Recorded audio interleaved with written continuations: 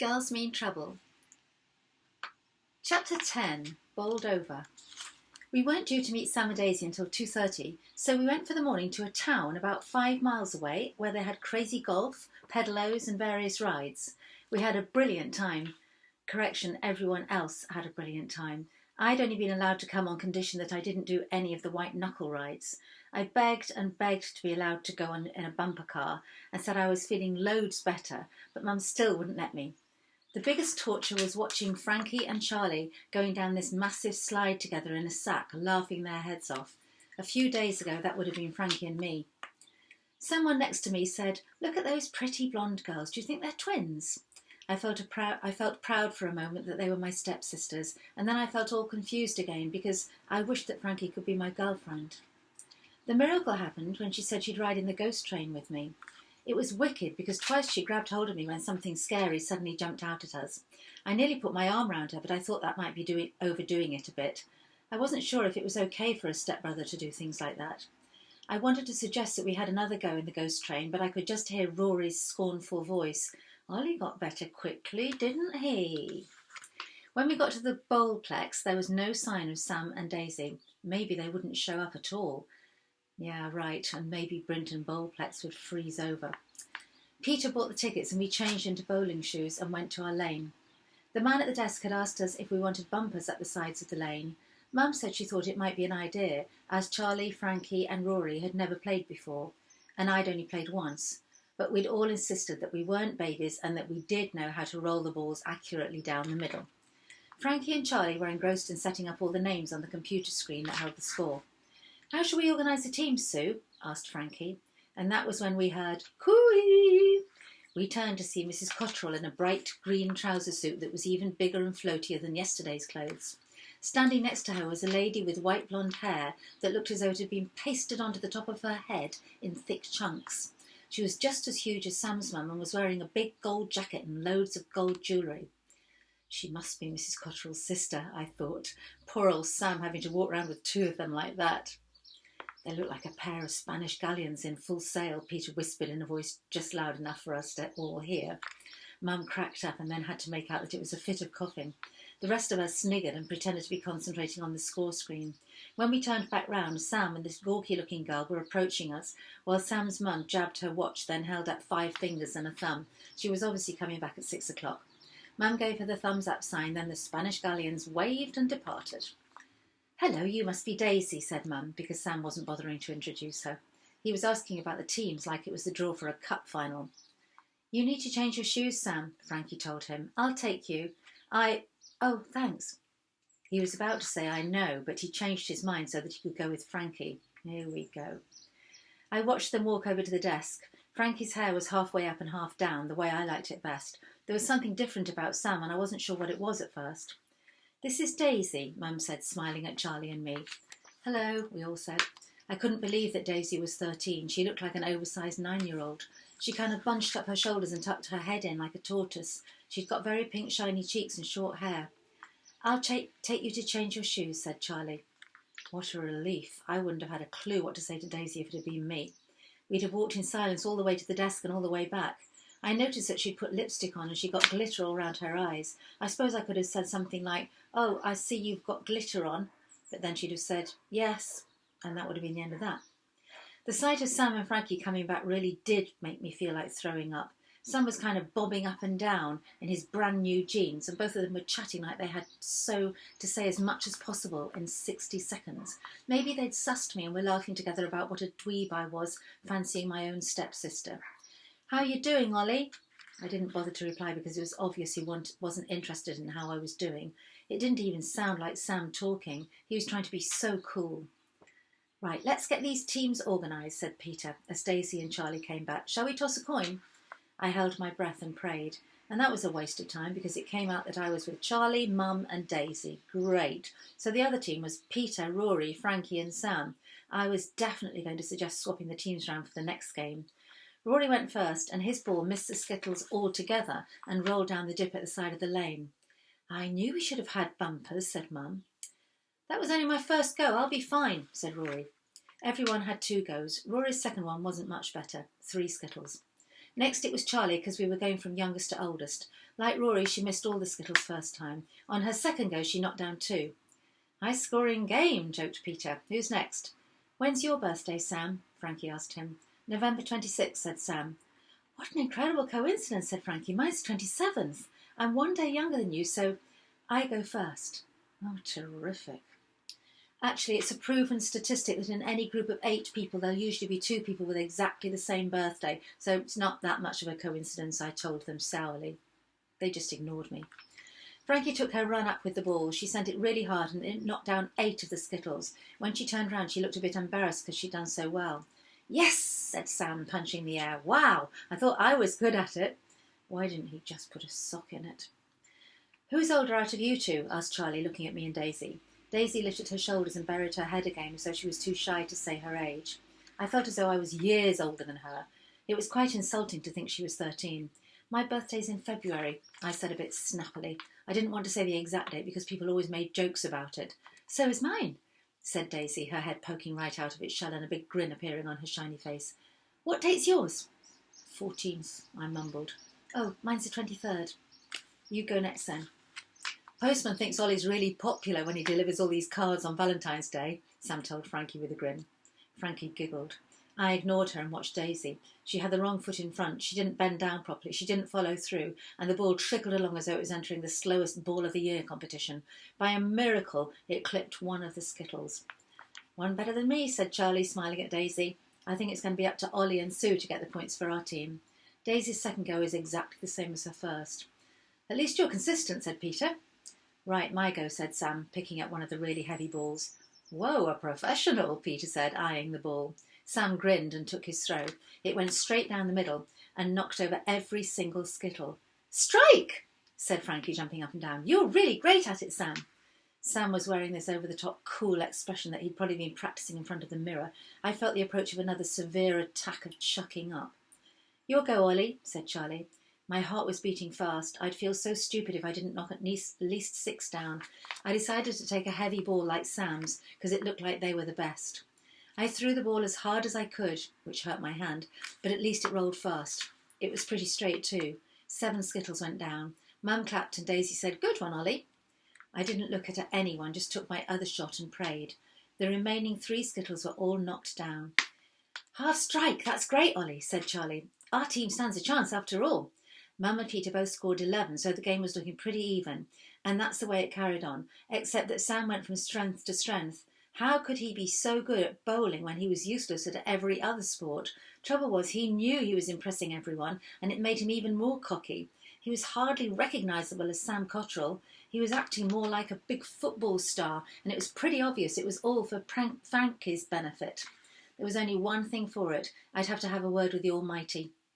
I'd never believed in proper praying before, but I was feeling desperate, and if I had to watch Frankie smiling and jumping up and down one more time because Sam had played yet another good shot, I'd go round the twist. I made it look like I was studying the scores on the computer screen, but really I was saying this prayer. Dear God, I know you're probably busy, but if you could possibly take a glance at Brinton Bowlplex, I'd be really grateful. You'll notice that there's a boy in lane 4 who needs some help to stop him being so vain. Could you please arrange it for him to throw the next few balls so badly that he doesn't knock a single skittle down? This'll make him much more kind of humble, you know. Sorry I haven't been all that good at praying until now, but I promise I'll pray twice a day forever if you could do this for me. Thank you very much. Amen. Then I waited. Apart from Rory, Daisy was the only one whose game improved. She'd started off looking and playing like a giant tortoise, but after 5 or 6 goes she was almost as good as Sam. Peter had spent ages trying to help her to stand properly and showing her how to follow through, and it had paid off. I was gobsmacked when she got her first strike. Wicked, Daisy. Hey, thanks, Ollie, she said, practically the first word she'd spoken to me, and as I looked at her gooey face, 2 things happened. 1, I had a brilliant brainwave, and 2, I realised that it's true what people say. God does move in mysterious ways.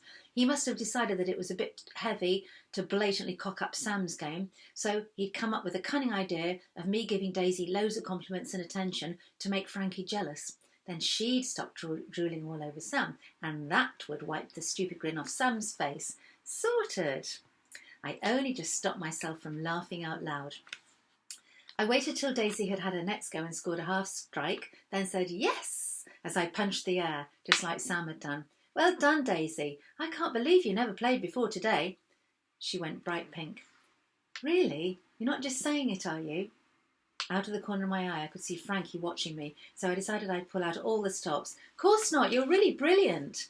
When I looked back on the whole afternoon, I realised that what I'd said was bad enough, but what I did next was 100 times worse. But once I'd done it, I could hardly take it back. I just had to put up with the sound of my immature little brother's voice whispering to Charlie, "Did you see that?"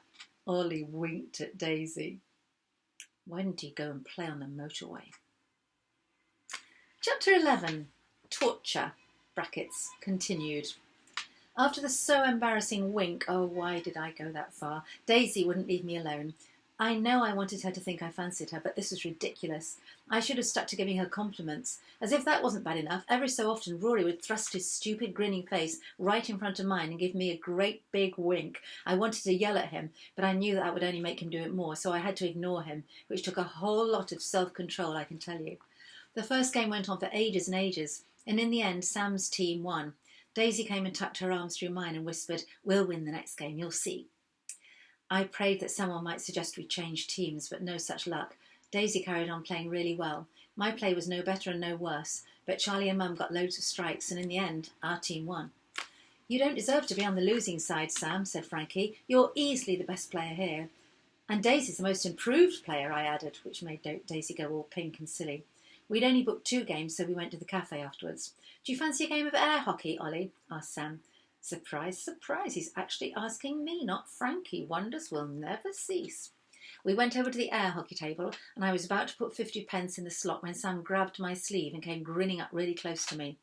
"She's brilliant, isn't she?" he said, jerking his head very unsubtly in Frankie's direction. "It's incredible. I've never fancied anyone before. I think she actually fancies me too. She keeps smiling at me." "No, she acts like that with everyone. She would have told me if she fancied you. She tells me everything, you see." I thought that might take the wind out of his sails, but it was like I hadn't even spoken. "You're lucky having her as a sister, but on the other hand, I'm glad she's not my sister, because then I wouldn't be able to fancy her, would I? I can't wait till I can officially say she's my girlfriend, but first something's got to happen, and it's got to happen tomorrow." The more he talked, the more I wanted to hit him.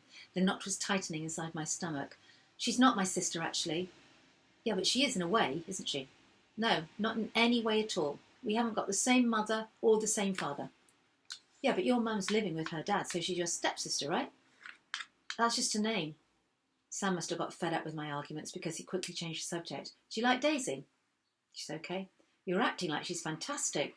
"I was just trying to be nice. She seemed a bit shy." "Well, she's not shy anymore. Look, she's watching you right now." "Let's just play the game, shall we?"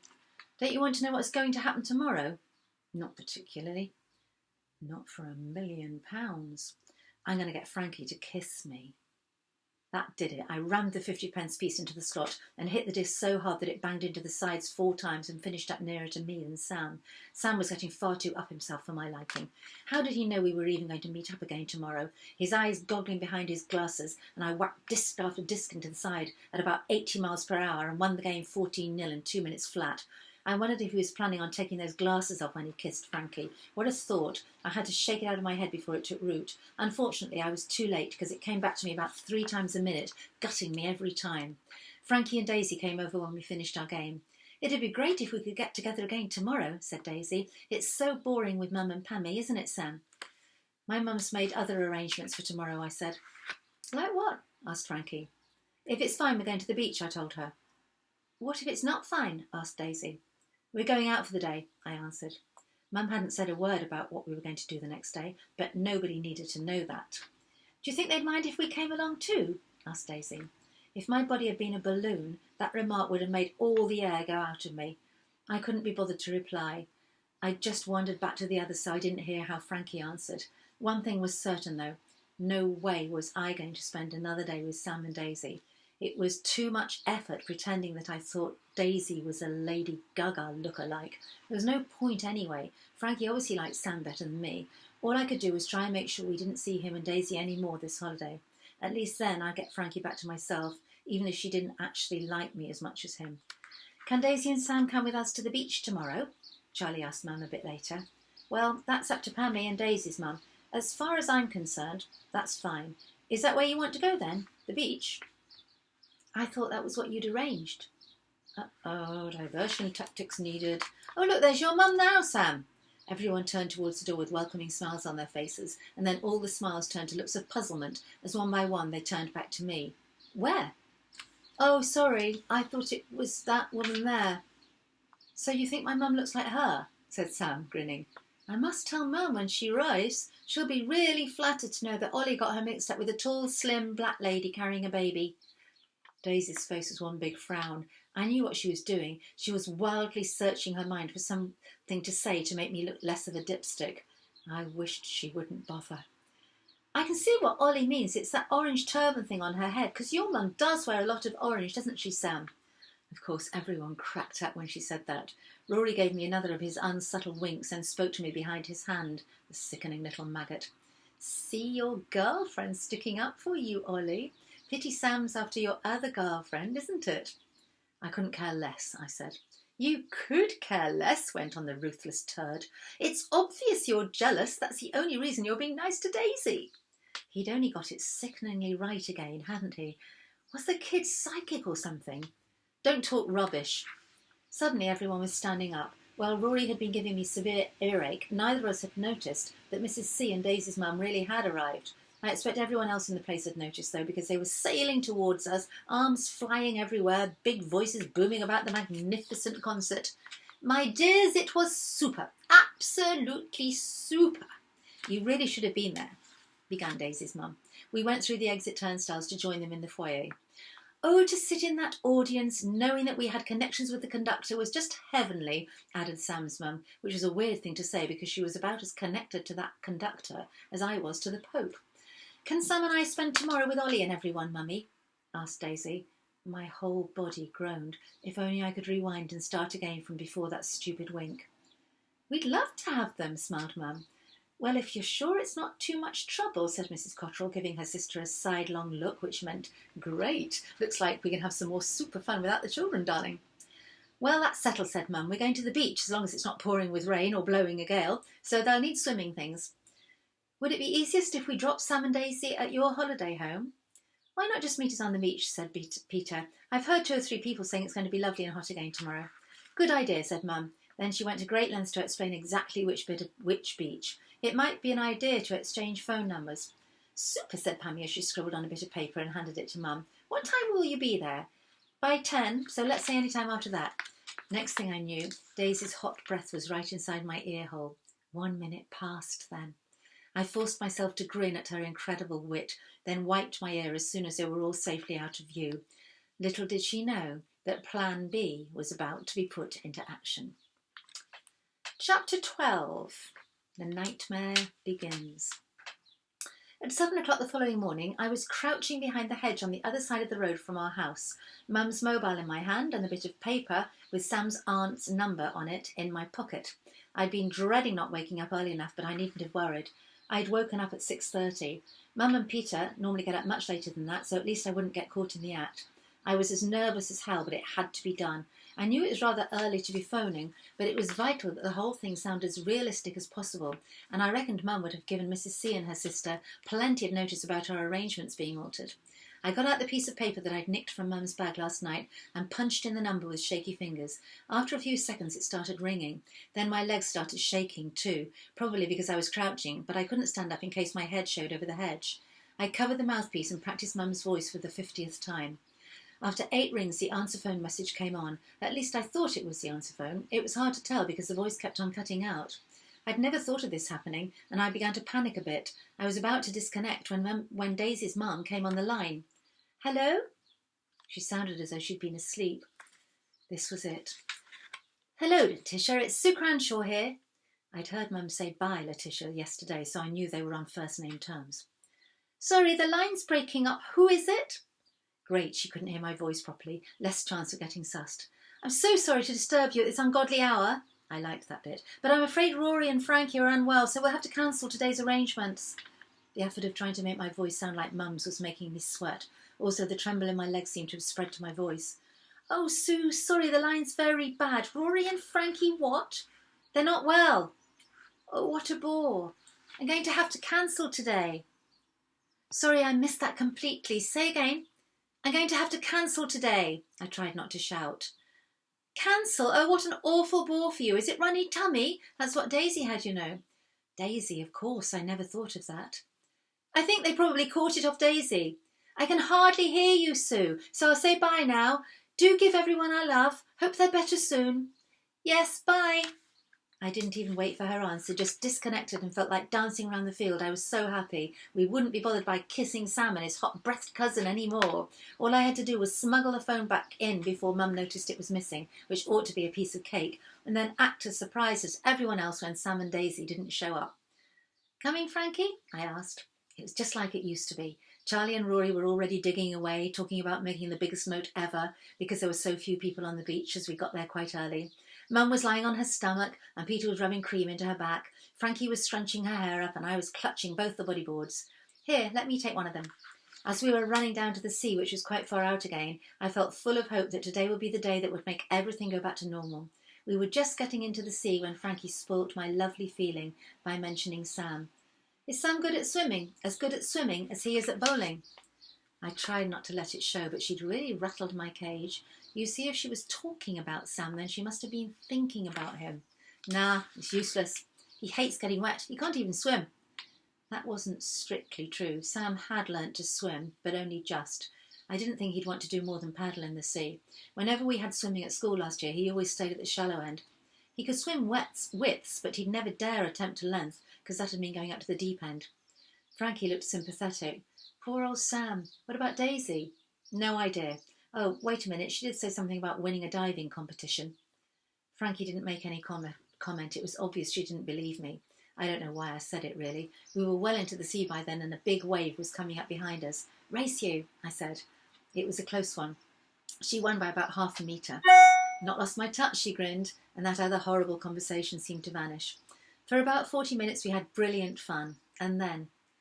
It's weird that they haven't showed up yet, isn't it? Said Frankie. I bet their mothers take ages and ages getting ready to go out. Oh no, my scrunchie's come off, my hair's getting sopping wet. It can't have gone far, I said, diving under to have a look. I was forgetting I wasn't in a swimming pool. My eyes were really stinging when I came up. Shouldn't have done that, I said, rubbing them. Don't rub them, Ollie, you'll only make it worse. I'm just going to go back to the others. I think Charlie's got a spare scrunchie. She went rushing off and I stood there blinking to try and get the salt out of my eyes. If only I had some ordinary cold water and then I could wash my face.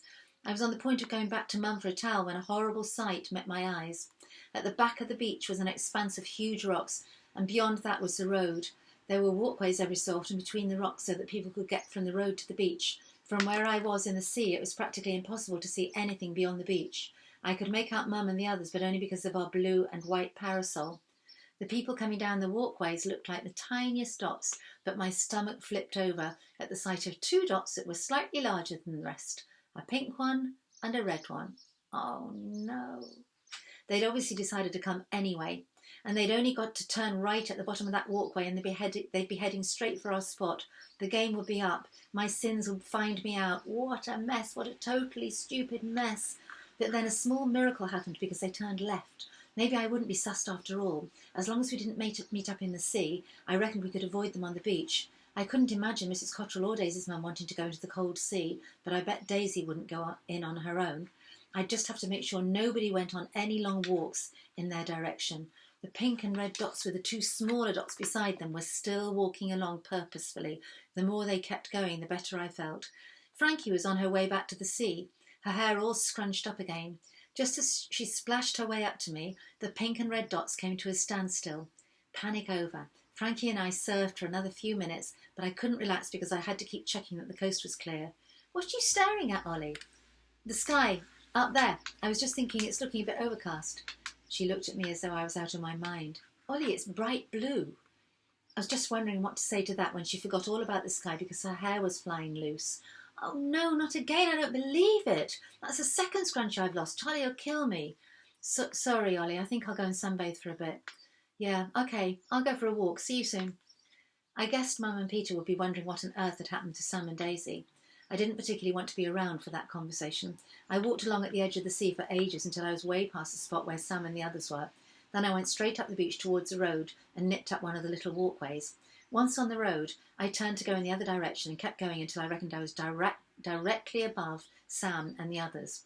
I trod gingerly on the rocks, keeping low and listening hard. Eventually I heard Daisy's mum talking. I stopped and crouched in a little dip in the rocks, a big boulder hiding me from anyone on the beach. Absolute bliss. I'm so glad we decided to come anyway. Shopping with the children would have been a bit of a nightmare. They both chuckled. Then the next voice I heard was Sam's, only he sounded much louder. It took me a moment to work out that this was because he and Daisy must have been actually sitting on the rocks, only a couple of metres away from my boulder. They were to one side of me and their mums were on the beach to the other side, so though I could hear both pairs of talking, they couldn't hear each other. "Oh, go on, Daisy," Sam was saying. "Please, come into the sea with me. It's so boring. I bet you'd go in if Ollie wanted you to." "Yes, I would, but he isn't here, is he?"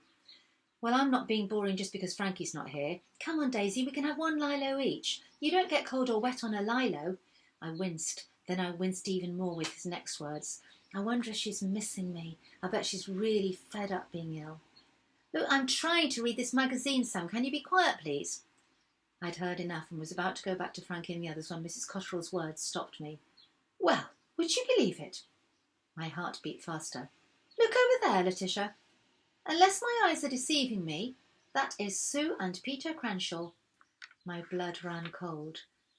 "My goodness, you're right. That's odd. Perhaps they decided the children were well enough after all." "You are sure you heard Sue right, Letitia?" "Well, I'm beginning to wonder now. As I said, the line was terrible. Look, the children are there. Well, bless me, they're playing away without a care in the world. No, wait a moment, there are only 3 of them." My heart was banging against my ribs by this time. Their voices were getting louder, and I was afraid Sam and Daisy would hear them. "It's Ollie who's missing. I wonder if Sue meant it was Ollie, not Rory, who was unwell. Maybe they decided he was old enough to be left alone for a little while. Unless—" There was a long pause. "No, it can't be." "What? You don't think they were trying to get out of having Sam and Daisy with them?" No, I don't know Sue all that well, but I'm quite certain there's nothing artful about her. Let's pop over and have a word, shall we?" She lowered her voice, and I only just caught what she said next. "Better not tell Daisy and Sam at this stage." Then she called out, "Just stretching our legs, you two. Back in a mo." I groaned. So this was it. The game was up. I shall read the conclusion next time. Bye.